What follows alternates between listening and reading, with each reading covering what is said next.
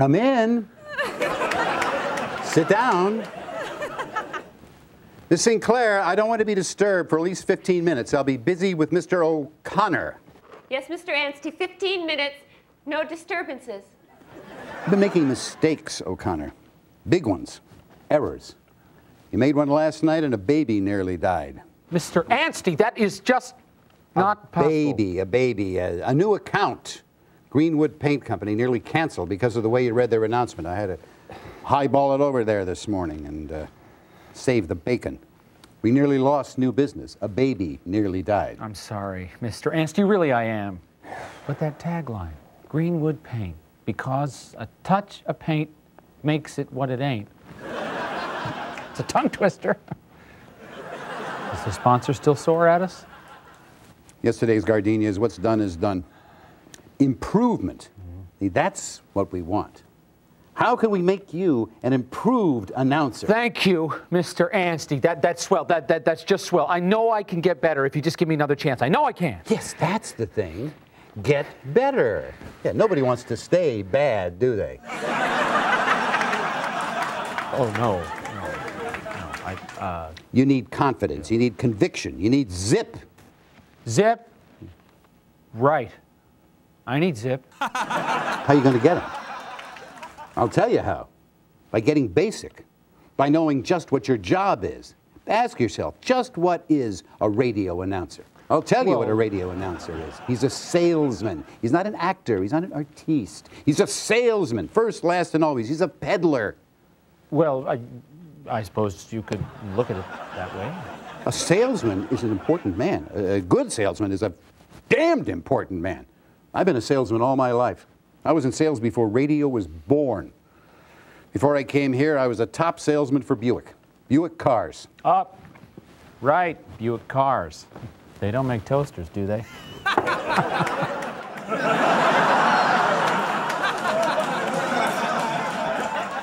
When the cheap cars came in, I got out. I got into radio. I saw something that very few people had seen.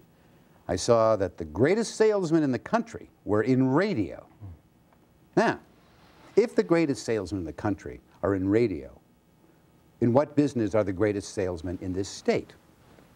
Narrow it down. Radio. Yes, they're in radio. Now, narrow it down some more. The greatest salesman in this state is right here in this radio station. Who do you suppose it is?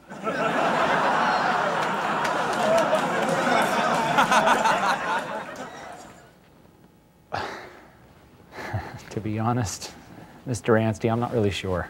Well, I'm sure. I'm very sure. The greatest salesman in Rhode Island is nobody but you. Yes, you, Arthur J. O'Connor. Edwin O'Connor. You're thinking, you don't believe it. I mean, how can the announcer who nearly killed the baby be the greatest salesman in Rhode Island? Huh? Potentially. That's the word you got to remember. Potentially. You're the greatest salesman in Rhode Island, potentially. Why? Because you've got something that 99% of salesmen don't have. You've got something that I never had. You've got that microphone. When you talk, you sell. And when you talk into that microphone to a mass market, you're selling to a mass market. No individual sales, no door-to-door. Everything is vast. 1 million people hear every word you say. And you've got to sell them. Now, how do you sell them?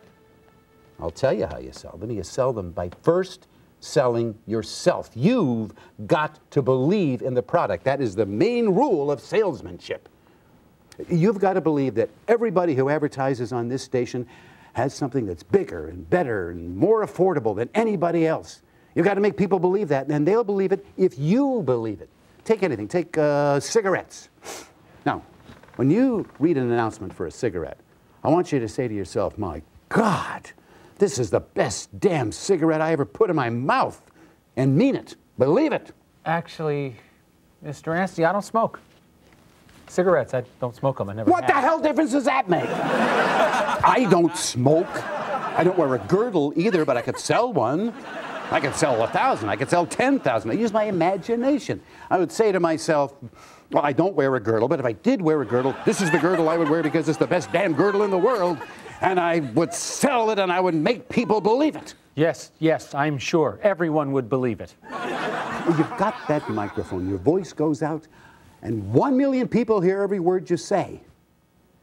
And you've got to say to yourself, now, right now, I'm selling to 1 million people. Now, right now, I'm selling the best damn product that money can buy. Now, right now, I, Arthur J. O'Connor, am the greatest salesman in Rhode Island. You believe that, and by God, you'll sell.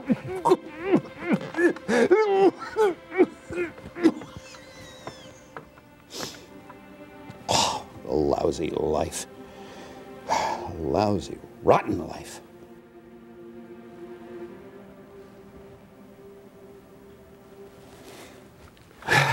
Well, now, you go out there and get them, huh?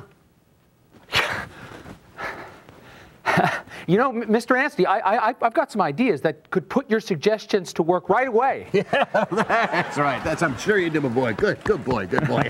That's a spirit.